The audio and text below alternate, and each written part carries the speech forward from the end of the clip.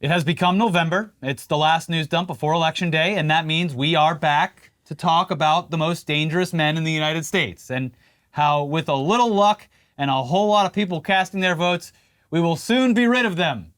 Hopefully. Okay, obviously, we're not confident that Trump will ever go away.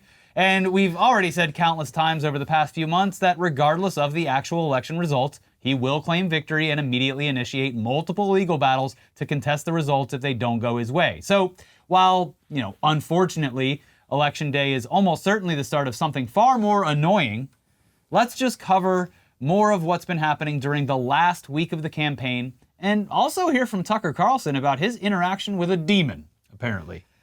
Yeah. So before we get into Trump's most recent attempt to downplay the very justified criticisms of his campaign by dressing up like a goober, we should first, in the spirit of fairness, show you what Joe Biden's been up to since he is now unburdened by another term in office. Yeah, that's Joe. Yeah. I guess the conspiracy theorists were correct. He does eat babies. Yeah, that's right. Obviously, he's just being a slightly weird grandpa doing weird grandpa shit, but the photos... Photos are, of course, incredible. They add on to an already bizarre week. So he didn't have to do that, but No. he did.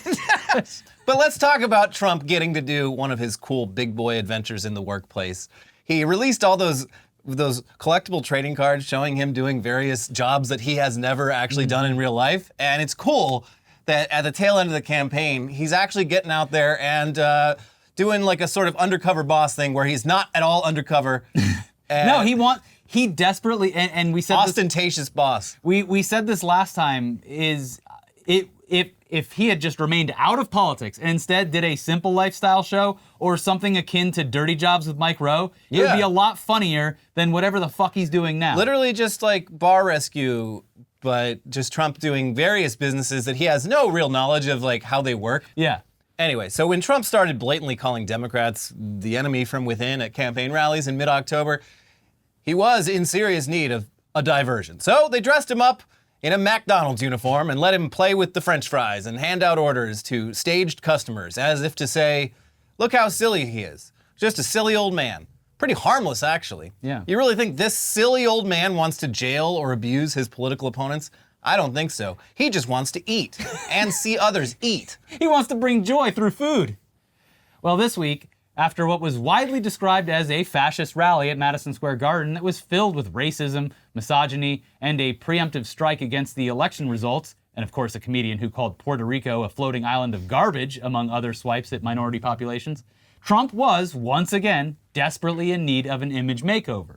Though this one might have failed in its choice of humble blue-collar pandering because they dressed him up in a bright orange vest and allowed Trump to become a garbage man for a day.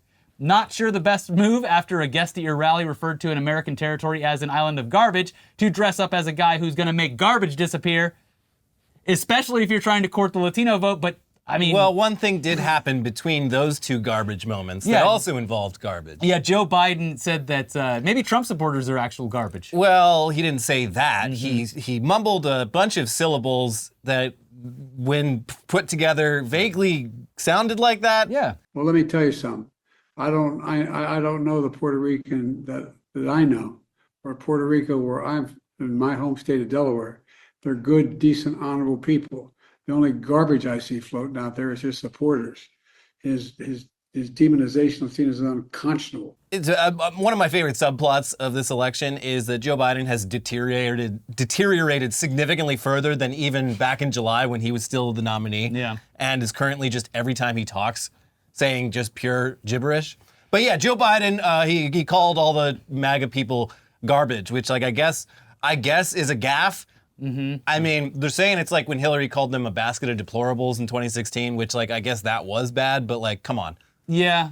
That back then people didn't, I guess, know as much what they were getting themselves into. Yeah. Now there's really no excuse. I mean, as evidenced by the countless videos that are popping up from people abusing poll workers who simply ask them to take their political message merchandise off. Supposedly what he was trying to say was that Tony Hinchcliffe is garbage, but because he can't form sentences, he called them all garbage. And look, I'm no fan of Joe Biden, but I stand with my president on this one. Yeah, they are all garbage.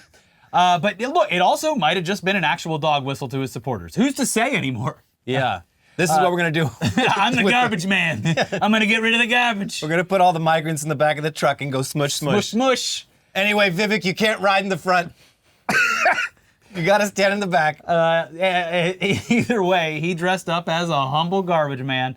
He climbed into a truck after almost taking a spill attempting to get in. Yeah, that was a close call. That was a real old man moment right there. Yeah, and then he said that the garbage truck stunt, it was there to make fun of Joe Biden and Kamala Harris. So, there you go. Here's a clip. How do you like my garbage truck? This truck is in honor of Kamala and Joe Biden. Okay. Now, of course, that seems like a cheap excuse for what was really going on, which is that Trump likes big, loud trucks and wanted to play garbage man for a little bit. Yeah. Which, who fun. amongst us? Who doesn't want to crush a giant bed frame in the back of a garbage truck? Yeah, I would love to pull that lever. Sure. Come on. But this appearance also provided us with yet another unbelievable image of the big, wet former president in his vest, which nearly matches the horrific shade of orange that emanates from his face, mouth agape, with a ring of lighter skin around his lips, really making the whole photo pop. Yeah. Another ridiculous moment in the dumbest presidential election of all time, until the next one. True. But while we are briefly on the topic of those Puerto Rico remarks, really seems like at least half the population is willfully ignorant to the fact that Puerto Rico is part of the United States. Puerto Ricans are American citizens. If they live in Puerto Rico, they can't vote, but if they live here, they can. And I just ran the numbers, and there's more Puerto Ricans in the places where you can vote than back in Puerto Rico where they can't. Uh-huh.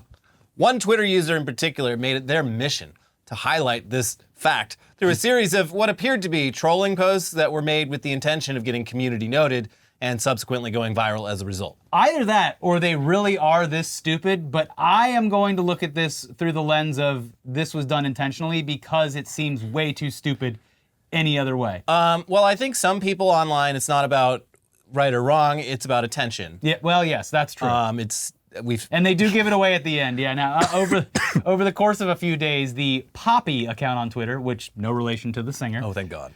They constantly chimed in with posts or responses to larger accounts with accusations that Puerto Ricans aren't American citizens. And those posts would all quickly get hit with community notes correcting the post and providing official sources refuting their claims. Now, for the sake of clarity, as Elliot said, Puerto Ricans cannot vote unless they become residents of one of the 50 states, which is one of the big reasons to push for the statehood of the island. But people from Puerto Rico are considered American citizens. So the account, Community Notes Violations, has documented the timeline and the meltdown, which again, it seems to just be a successful troll, but it's entertaining nonetheless. And every time someone shared Poppy's complaints about getting noted or insisted that Puerto Ricans weren't American citizens, the posts would go viral, thus educating more people in the process. Here are some of the highlights, full thread, link down below. Elliot will play the role of the community notes writers. Well, actually, who seem to have written each response in the same tone as that guy with the ponytail who went viral for repeatedly saying, "I reject your question." I hope he's doing all right. Popbase tweeted the news that Bad Bunny had endorsed Kamala Harris, and Poppy replied, "He's not even American." The note? Puerto Ricans are American citizens. Poppy replied, "Community noting a comment is so fucking weird. Oh my God, y'all are so obsessed with me." Correction, we are not obsessed with you. We are just preventing the spread of misinformation. Y'all just want to leech off of America because we are the better country. You will never be American. Puerto Rico is not an independent country. It is a commonwealth and an insular area of the United States. Community notes still on my dick. Oh my God, how does my dick taste? Community notes cannot physically be on a dick. They are a feature on X. I am now in contact with my lawyers. Weaponizing community notes to engage in targeted harassment is not okay. Everyone who has noted me is going to see me in court. Disguising harassment as adding context is not okay. Using community notes is a violation of my free speech. Okay. Community notes does not participate in targeted harassment. It solely exists to combat misinformation. Notes that are considered harassment are marked that way by contributors and do not show up beneath posts. And then she reveals the grift by begging her followers for money to offset this loss. But while we're still on the topic of Trump and the grand finale of his campaign before the election, we should certainly highlight his recent statements about women, where he was able to fully display the fact that he desperately wants to control women's bodies, even while attempting to say that he will protect those bodies. Well, I want to protect the women of our country. I'm going to do it whether the women like it or not. I'm going to protect them. It's one of the wildest quotes from an already absurd past couple of weeks. Nevertheless, he persisted. Here's NBC News. Former President Donald Trump said Wednesday that he would protect women, whether the women like it or not. Jesus. What? Okay. Trump said at his rally in Green Bay, Wisconsin, that his people previously told him they did not think he should say that he wanted to protect the women of our country, comments he has previously made on the campaign trail. Vice President Kamala Harris and her campaign quickly highlighted his comments on X. Donald Trump thinks he should get to make decisions about what you do with your body, Harris said in a post, whether you like it or not. A Harris campaign spokesperson, Sarafina Chitika, also said on X that Trump thinks he knows better than the women of America. Trump's campaign is trying to win over female voters in a race in which polling indicates razor-thin margins across several battleground states.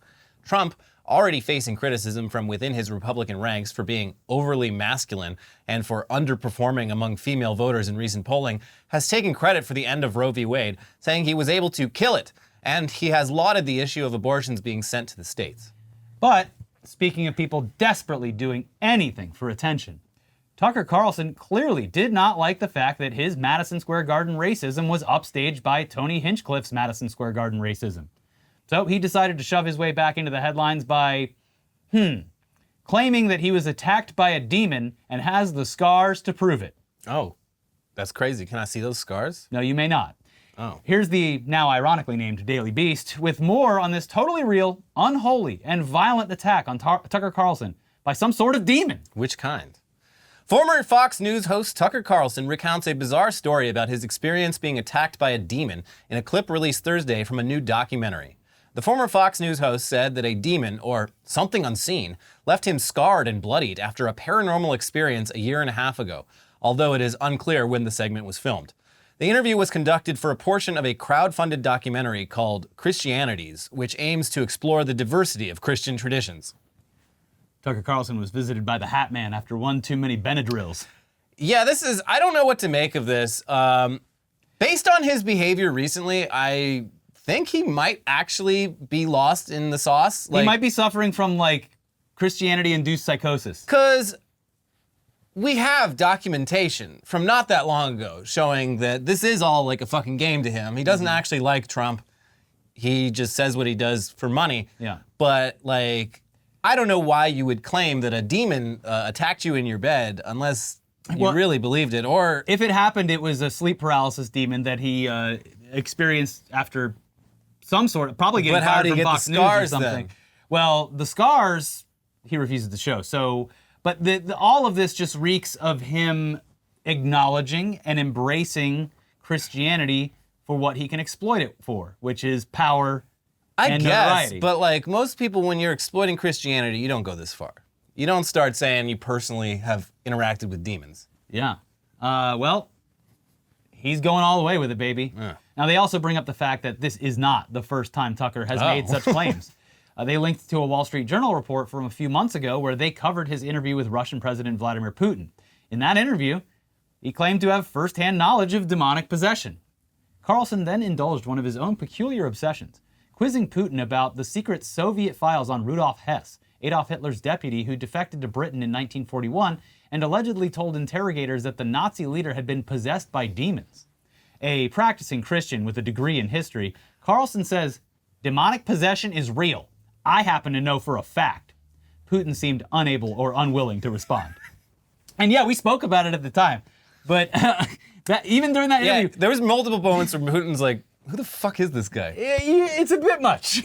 There was the one where he was This just is a little too obvious. It's like, do you ever feel like God is watching over you as you rule this country? No. No, not really. No, and this, with the benefit of hindsight, this was the interview, and the video that was produced was the one that was amplified by that Tenet Media, which was exposed for being a giant Russian propaganda wing. Yeah. But yeah, just funny that even back then, he's like, I happen to know that demonic possession is real. Could you tell me more about some of these interrogations? And Putin just sat there like, you sound like a crazy person. I'm glad that you're whitewashing my fucking image over in the United States, but this is bizarre. Yeah, can we please stick to the non-demon stuff? Yeah, it's also just very strange that Tucker Carlson has remained at the forefront of the Conservative Party despite producing a fluff piece alongside the leader of a hostile nation. Just in any other decade, this would be career-ending. Yeah, it's just weird. Like, you would think very few Western journalists have the opportunity to interview Putin. So when they do, you'd hope they'd, like, put a little more effort into it instead of doing what he did there. Which is just a glowing, Yeah. full-throated endorsement. Did you know that in Russia, you have to put a quarter in the shopping cart? Yeah. And then when you bring the shopping cart back, you get your quarter back. It's an incredible innovation. No one's ever thought of this before. Make sure that Tenet runs this in front of all of their other videos. And make sure Tim Pool's getting paid. Yeah. But again, yeah, that's just the modern Republican Party, it seems. They love dictators. And they apparently like their elected officials being extra chummy with Russia. Well, he's tough. He rode on a horse without a shirt on. Yeah, or not even elected officials, just anyone that they embrace, the talking Yeah. heads or whatever. Another thing that defines the modern Republican Party, alongside the desperate attention-seeking, is their fetishization of guns and the constant fantasizing about becoming the ever-elusive good guy with a gun. That's right. He's out there, we just haven't found him yet. One day he's gonna save everyone. Take J.D. Vance, for example, the couch fucker who wishes the rest of the country could just take a joke. In a recent sit-down interview with Joe Rogan that was way too long for any sane person to watch. That's right. He told a story about the day that Trump was shot at during a rally in Butler, Pennsylvania. Being quick on his feet, J.D. Vance immediately retrieved his guns and waited patiently for someone to come for him. Despite the assassination attempt happening a couple days before he was announced as Trump's pick for VP, so at the time he would have just been Some a guy senator from Ohio. on a long list of other potential nominees. Not exactly the second target, but still, his life was in danger. He had to arm himself to the teeth just in case. Yeah, and it would be extremely unlucky if maybe his extended family members or maybe the mailman or someone Yeah. showed up when he was in this state of apparent psychosis where he thought his life was in danger and he was willing to defend his home. Also, to be clear, he thought Trump had been killed. Yeah, apparently. for at least a decent amount of time. Yeah, he saw Trump get shot on the TV and then apparently just turned off his phone, destroyed the radio in his car, and headed straight home. Yeah. Thinking that Trump had been killed and he was next on the hit list. They should have just left J.D. Vance alone. He would still be holed up in that house to this day. He's got a lot of rations. He Like- can last a long time. Like the Japanese soldier who was never told that the war had ended. Yeah. J.D. Vance is still out there defending his homeland. Now, we would show the clip, but it's Rogan. We'd probably get struck. It's out there. We'll leave links in the description as always, but here's what he said happened. When you first see the video, he grabs his ear and then he goes down, and I'm like, oh my God, they just killed him. And I was so pissed. But then I go into fight or flight mode with my kids. I'm like, all right, kids. We were at a mini golf place in Cincinnati, Ohio. I grab my kids up, throw them in the car, go home and load up all my guns, and basically stand there like a sentry at our front door. Now, this was not that long ago. I think we all can picture this clip pretty vividly. Trump got hit and within 2 seconds Stood was up, standing back doing up. the fist thing. Like, I don't even know how it's possible to only see the part where he gets hit and then just turn off the TV.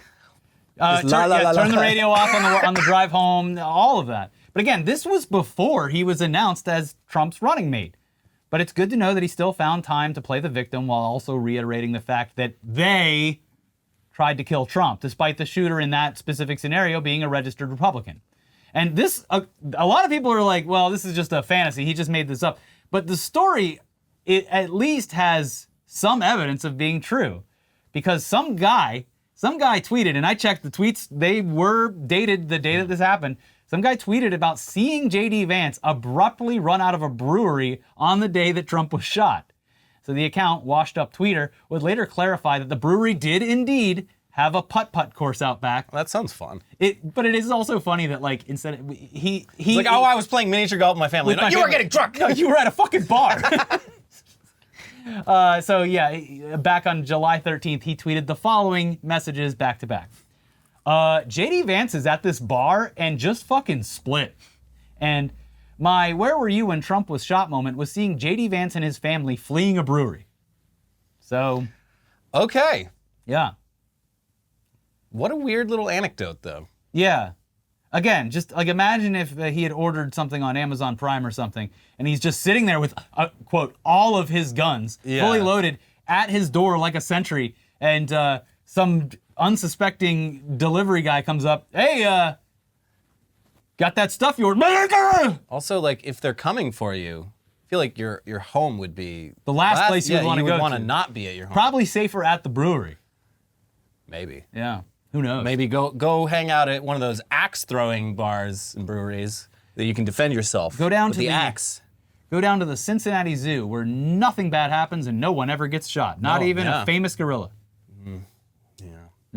Anyway, we have more to get to in the second half of the show, but let's take a quick second to thank today's sponsor for supporting our show. Yeah. This episode is brought to you by Factor. Notice how the days are shorter, but your to-do lists aren't?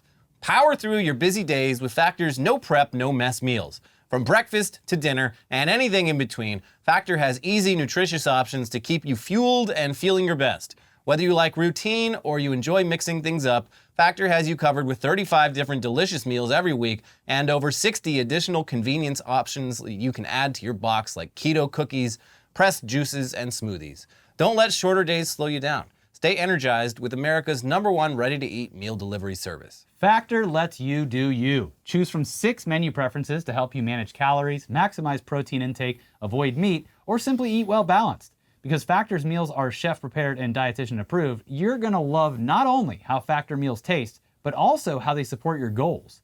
And Factor is cheaper than takeout and dining out, so you can put that extra cash that you save towards holiday shopping. There's no sacrificing quality for convenience with Factor. Weekly menus offer ways to treat yourself to a restaurant-like meal experience with Gourmet Plus dishes that feature premium proteins and seasonal sides like broccolini, leeks, and asparagus.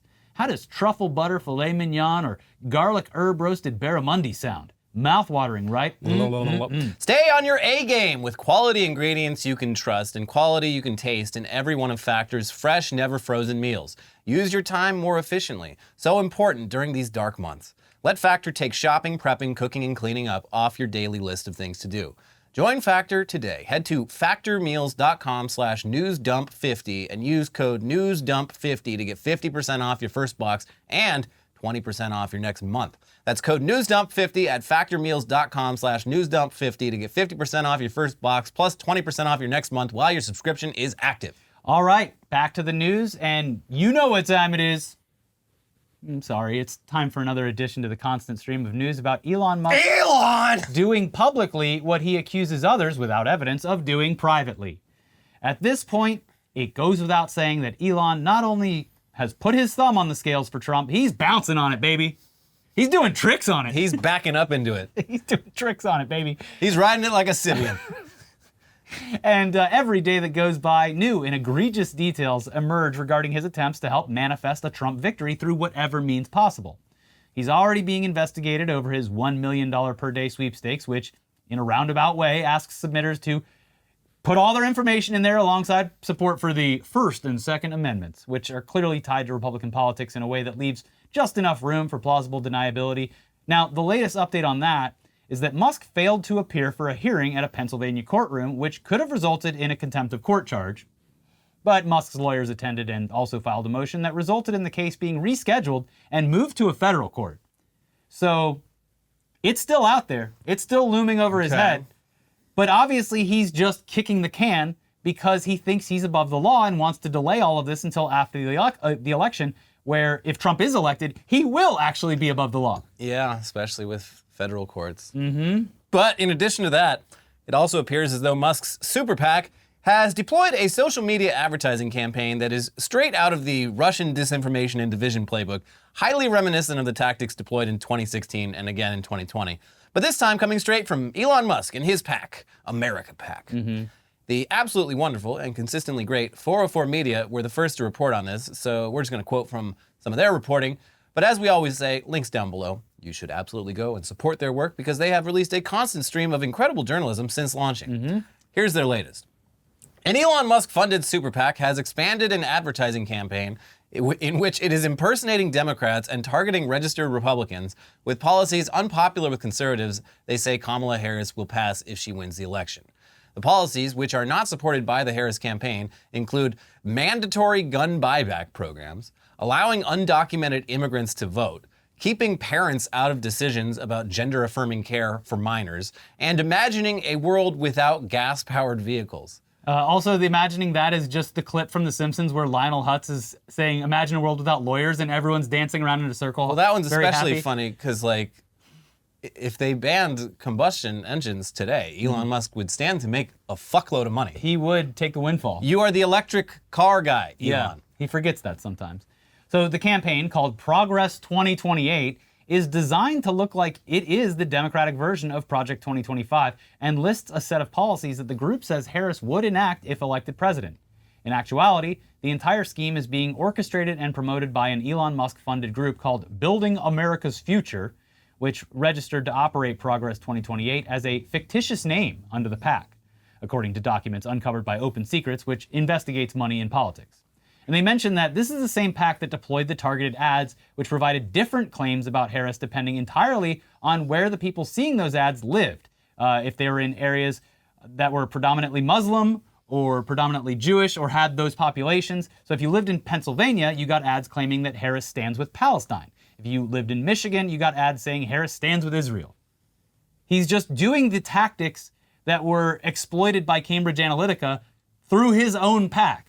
Yeah. I mean... Which apparently is very legal. Very cool. It's just very subversive and, I don't know, bleak, I guess I would say. Yeah, it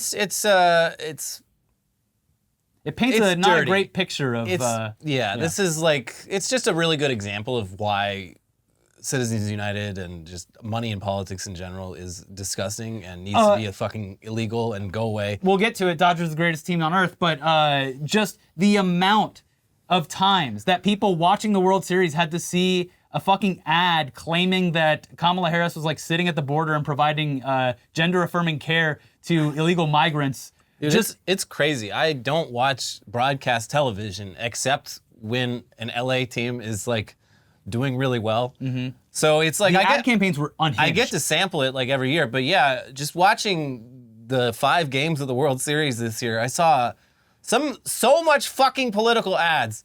I don't know how people can handle this. Yeah, some of the most cynical fucking shit I've ever seen. One of the funnier ones that I saw while I was in Florida briefly was they have a marijuana thing on the ballot, and both sides of it, the people that are for recreational and against it, both of the ads that I saw related to that were claiming that there is an abundance, a huge problem with fentanyl-laced marijuana. No. And so the one for it is like, we're going to make sure that the marijuana isn't laced with fentanyl. And the other one's like, we need to ban marijuana because it's all laced with fentanyl, and also people drive bad when they're high. It's like, okay, alcohol's legal. Has fentanyl like ever been found on I don't marijuana? think so. That seems like a completely made up thing. It seems like something that would like only happen in like the Midwest, where they don't have access to, they got long winters. But even then, it would be so hard They to got that lace fucking- weed with fentanyl. They got that ditch weed and they're just sprinkling a little bit of fent on it, but like it doesn't make sense because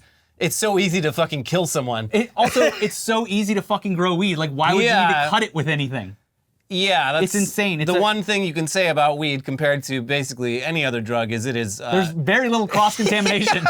It's pretty natural. The reason that fentanyl gets, in some cases, accidentally laced with something is because they're usually mixing it in the same blenders or cutting it with something. like as a filler. commercial drug operations. It's just like cross contamination. They got Yes. a warehouse full of they're violating all the OSHA rules because they're crimes. I forget which drug it was. It might have been meth or something, but there was a whole scandal going on, and I think it still does, with like the best way to do this was with a magic bullet blender. And so people were doing different drugs and mixing them up in these blenders, and so obviously it was getting mixed up in it. They're not cleaning out the blender No. every time because then it gets wet, and then you're like, God, it's Also- gonna stick to the sides. Yeah.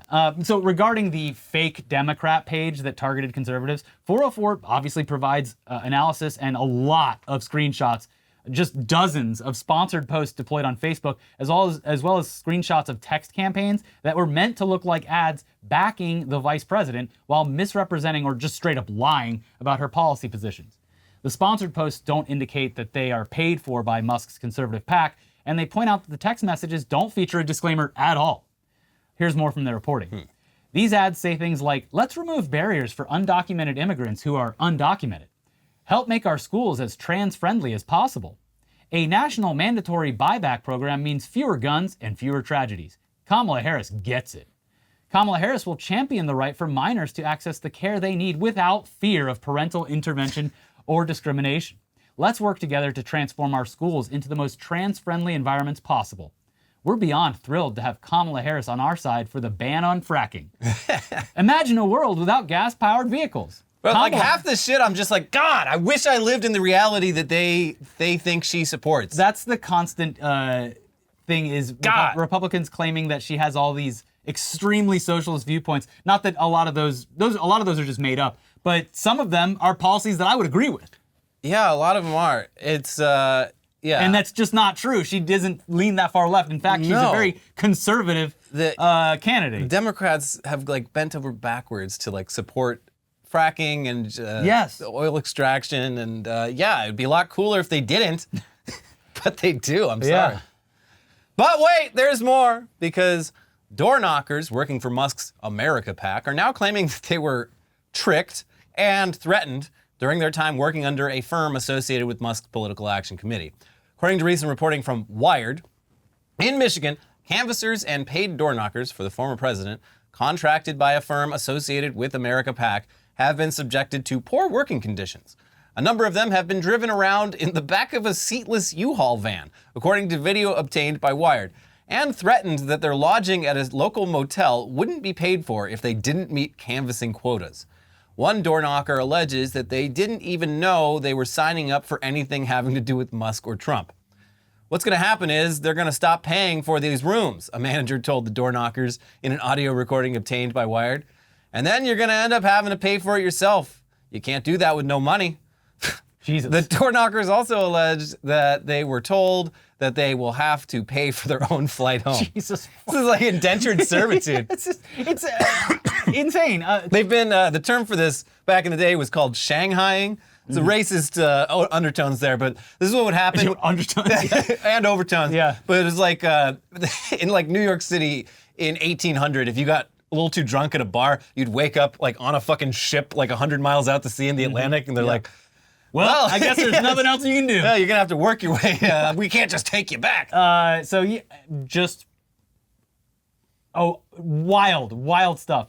The reporting continues.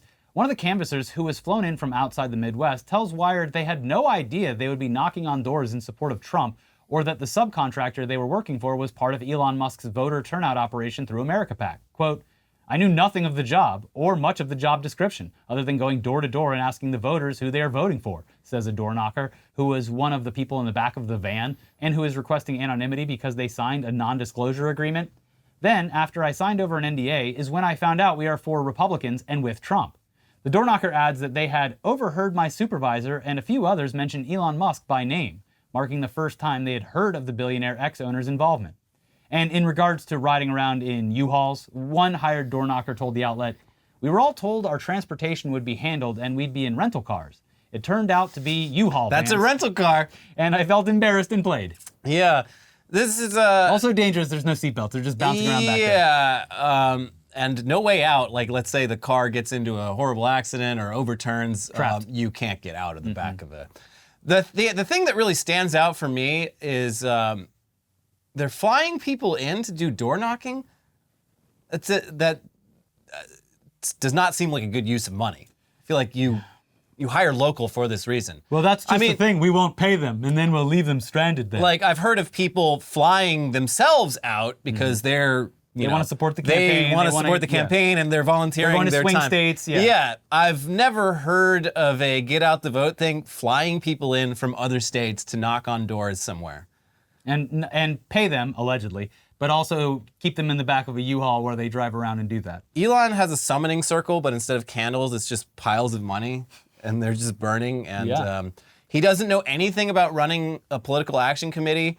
He's just winging it. He just started like 2 months ago, and I think he's wasting a lot of money. And that's why I think it's also suspicious, because every single tactic that he's attempting to do seems like it is coming straight from what Cambridge Analytica did in 2016. Maybe he hired some of the same guys. He's like, well, yeah, that was bad because it was foreign influence, but I And right here in the United States of America, where it's very legal and Well, very cool. it's still foreign influence because like his citizenship is now under review because he did lie on Don't tempt me with a on good the time. question. Yeah, they're saying like, oh, like technically, if we go by the letter of the law, he should be denaturalized. And I'm like, yeah, I mean, if we're threatening to send like 40-year-olds who came here when they were 1 year old and didn't even know they weren't citizens until last year to Mexico, where they don't even fucking speak the language, then if we're Why doing not that, send Elon then Musk back? send Elon Musk back to South Africa. Yeah, and speaking of sending people back and the potential stops along the way, just in case we haven't been crystal clear about nearly half the country not just voting for Trump, but actually fully supporting the descent into fascism, a new survey of American citizens displays some horrifically depressing information. A significant portion of the population, mainly Christian Republicans, but also way too many Democrats, seem to be totally fine with throwing immigrants into militarized camps. Here's Axios. A policy proposed by former President Trump to round up and deport undocumented immigrants, even if it requires using military-guarded encampments, has Americans divided, per a new survey. 50% of Americans surveyed oppose setting up encampments for undocumented immigrants, while 47% favor the idea, according to the annual survey from the Nonpartisan Public Religion Research Institute, PRRI, in partnership with the Brookings Institute. Nearly 79% of Republicans favor putting undocumented immigrants into encampments, compared with 47% of independents and 22% of Democrats. The vast majority of Americans who most trust far-right news, 91%, or Fox News, 82%, favor militarized encampments for undocumented immigrants, compared with 44% of Americans who do not watch TV news. Jesus. Yeah, That is all of this fucking is bleak. so fucking sad that it would be unbelievable written into a show 20 years ago about the future of America, and yet here we are. Like, oh yeah, we just got the results in from the latest survey. Turns out half the country wants to put immigrants into militarized camps. Yeah, and they're picturing like gang members, but no, this is like the lady that cleans your fucking house and the guy who does maintenance work on your house. Everyday average actual Americans who are contributing to the economy who and contribute probably, I would say, more to this country than a lot of white naturalized citizens who sit at a fucking desk and send emails all day. Yeah, and who have families here now, and grandchildren, and children, and relatives, and you think it's just going to stop with undocumented immigrants or undocumented migrants? No, it's absolutely not going to, because once these potential camps are set up, well, I guess the job's done. What do we do now? Right. Well, it's like... It's fucking bleak. We saw hints of it with like the Haitian thing. It was really interesting. They kind of like overplayed their hand a bit, where it's just like, okay, these Haitians are here legally. Yes. And they're like, okay, but like they shouldn't be. I don't accept the legality of that. Yes. And so you extrapolate from that onto the many people who are in this country. They will find a perfectly reason. legally, but not in a way that they like. Just wait around. They'll find a reason for you and your family too.